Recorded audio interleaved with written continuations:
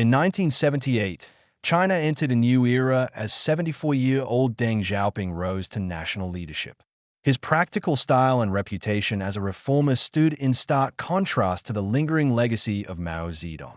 Although Deng believed the Chinese Communist Party remained the only force capable of guiding China toward prosperity, he also argued that sweeping reforms were essential. Working closely with his allies Hu Yaobang and Zhao Ziyang, whom he referred to as his left and right hands, Deng promoted the Four Modernizations, a program designed to overhaul agriculture, industry, national defense, and science and technology. Early discussions about ideological liberation encouraged citizens to test the boundaries of expression. Activists in Beijing began posting political messages along Shidan Street, soon dubbed the Democracy Wall. Many criticized Mao and the Gang of Four. Deng tolerated these criticisms for a time, even commenting to an American journalist that people should be allowed to express their grievances. But the limits of openness became clear when former Red Guard Wei Jingxing posted an essay titled The Fifth Modernization, arguing openly for democracy. His boldness, including signing the essay with his real name, led to his arrest along with dozens of other activists. Deng reinforced ideological control by announcing the four basic principles, affirming socialist rule and the primacy of the Communist Party, effectively ending any expectation that political reform would accompany economic change. With political boundaries re-established, Deng turned to rebuilding China's economy. His historic visit to the United States signaled a renewed willingness to engage with the outside world. His cheerful, open attitude impressed American crowds and leaders. Deng's primary goal was to lift millions out of poverty and form a vibrant middle class, which he hoped to achieve through what he called socialism with Chinese characteristics, a hybrid system combining state oversight with controlled market elements. Decision-making was partially decentralized, private initiative cautiously encouraged, and price controls gradually relaxed. The most visible expression of this shift came with the establishment of Special Economic Zones, SEZs. Inspired by the economic successes of Singapore, Hong Kong, South Korea, and Japan, cities like Shenzhen and Xiamen offered foreign investors low taxes, relaxed regulations, and access to inexpensive labor. These zones quickly attracted factories, ports, and industries, transforming China's coastline into a global manufacturing hub. In rural areas, collective farming was dismantled and families were granted control of their own plots. Within 6 years, 97% of households had transitioned to individual land contracts, causing agricultural output to surge by more than 60% and effectively ending the recurring famines that had plagued Chinese history. Universities reopened their entrance exams after a decade-long suspension, and students and professionals exiled during the Cultural Revolution were allowed to return to the cities. Beyond its borders, China's relationships in Southeast Asia shifted dramatically. Although it had previously supported communist movements in Vietnam and Cambodia, tensions rose sharply when Vietnam invaded Khmer Rouge-controlled Cambodia in 1978. In response, China launched a limited invasion of Vietnam in 1979, but the campaign proved costly as experienced Vietnamese forces inflicted heavy casualties. The conflict exposed weaknesses in China's military and triggered a major modernization effort. Despite the war, China's relations with Western nations continued to improve. Deng welcomed numerous foreign leaders to Beijing, appeared twice as Time magazine's Man of the Year, and even softened official rhetoric toward Taiwan, proposing peaceful reunification under the one country, two systems model, a proposal Taiwan rejected. Meanwhile, China promoted its new pinyin system globally, shifting international usage from Peking to Beijing. Domestically, the Communist Party maintained firm control. Rapid population growth, nearly doubling from 550 million in 1949 to 1 billion by 1980, prompted the introduction of the one-child policy. While the policy curbed population growth, it also led to forced abortions, sterilizations, and long-term gender imbalances. Although women's rights had been promoted since the 1950s and urban female employment was widespread by the late 1970s, progress remained uneven, particularly in rural areas. Public hopes for continued reform centered on Hu Yaobang, whose openness and criticism of elite privileges made him extremely popular, especially among students. But his openness angered Conservative Party leadership. When student protests erupted in 1986, Hu refused to suppress them, leading to his forced resignation in 1987. His death from a heart attack in April 1989 triggered widespread mourning that quickly transformed into a powerful protest movement.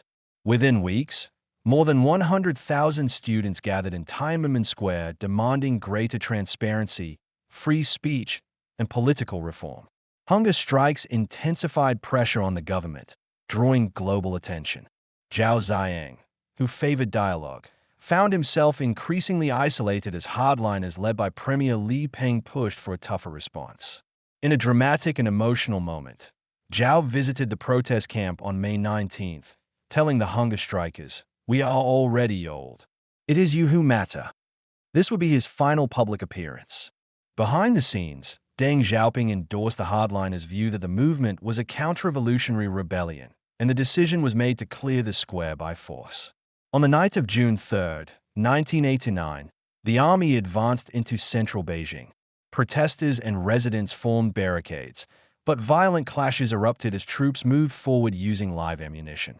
The streets became scenes of chaos, with ambulances racing to pick up the wounded amid gunfire and confusion.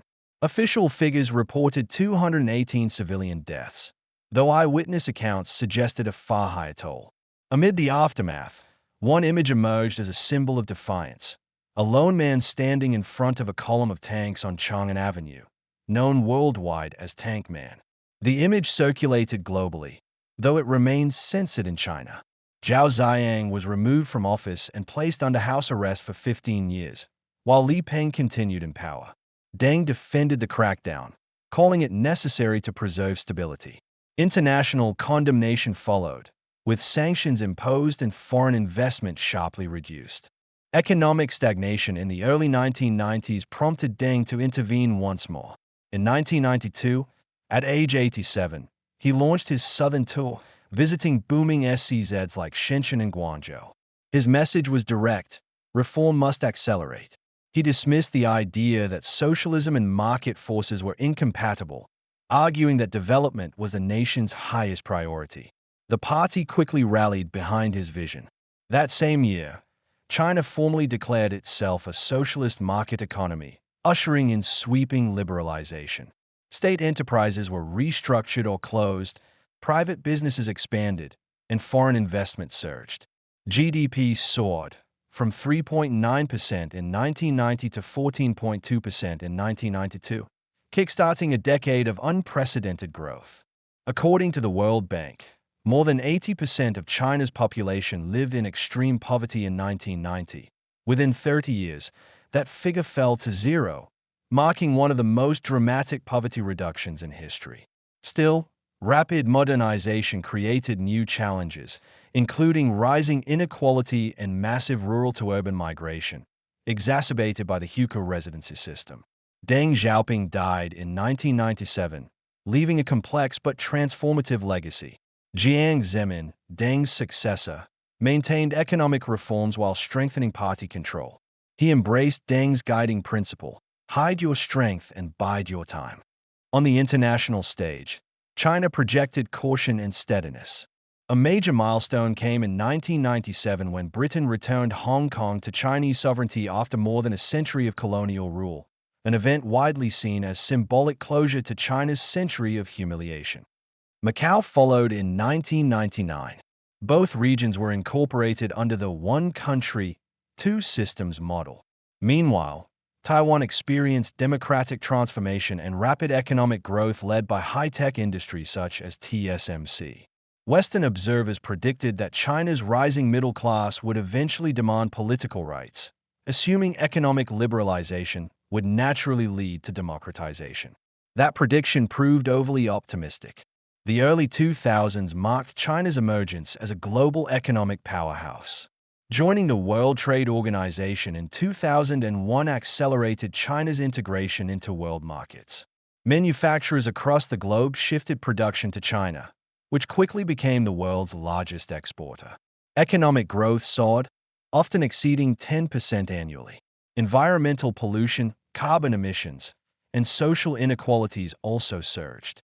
Meanwhile, the party tightened control over information through sophisticated censorship and surveillance systems. The Great Firewall restricted access to foreign media, while regions like Tibet and Xinjiang witnessed heavy security crackdowns. Despite international criticism, China continued its ascent. The 2008 Beijing Olympics showcased the nation's confidence on the global stage, and by 2009, China had surpassed Japan to become the world's second-largest economy. In 2012, leadership passed to Xi Jinping, marking a new phase in China's modern history. She consolidated party authority through sweeping anti-corruption campaigns and tighter ideological control. At the same time, China adopted a more assertive global posture, promoting ambitious initiatives such as the Belt and Road, expanding military influence, and investing heavily in high-tech sectors like artificial intelligence and telecommunications. Under Xi, China transitioned from a country that once sought to avoid global attention to one determined to shape the international order. From imperial collapse and decades of turmoil to poverty reduction, rapid industrialization, and the rise of a modern superpower, China's transformation over the past century has been extraordinary. Today, the nation stands as one of the most influential actors on the world stage, a country whose decisions reverberate far beyond its borders and whose trajectory will play a defining role in the 21st century.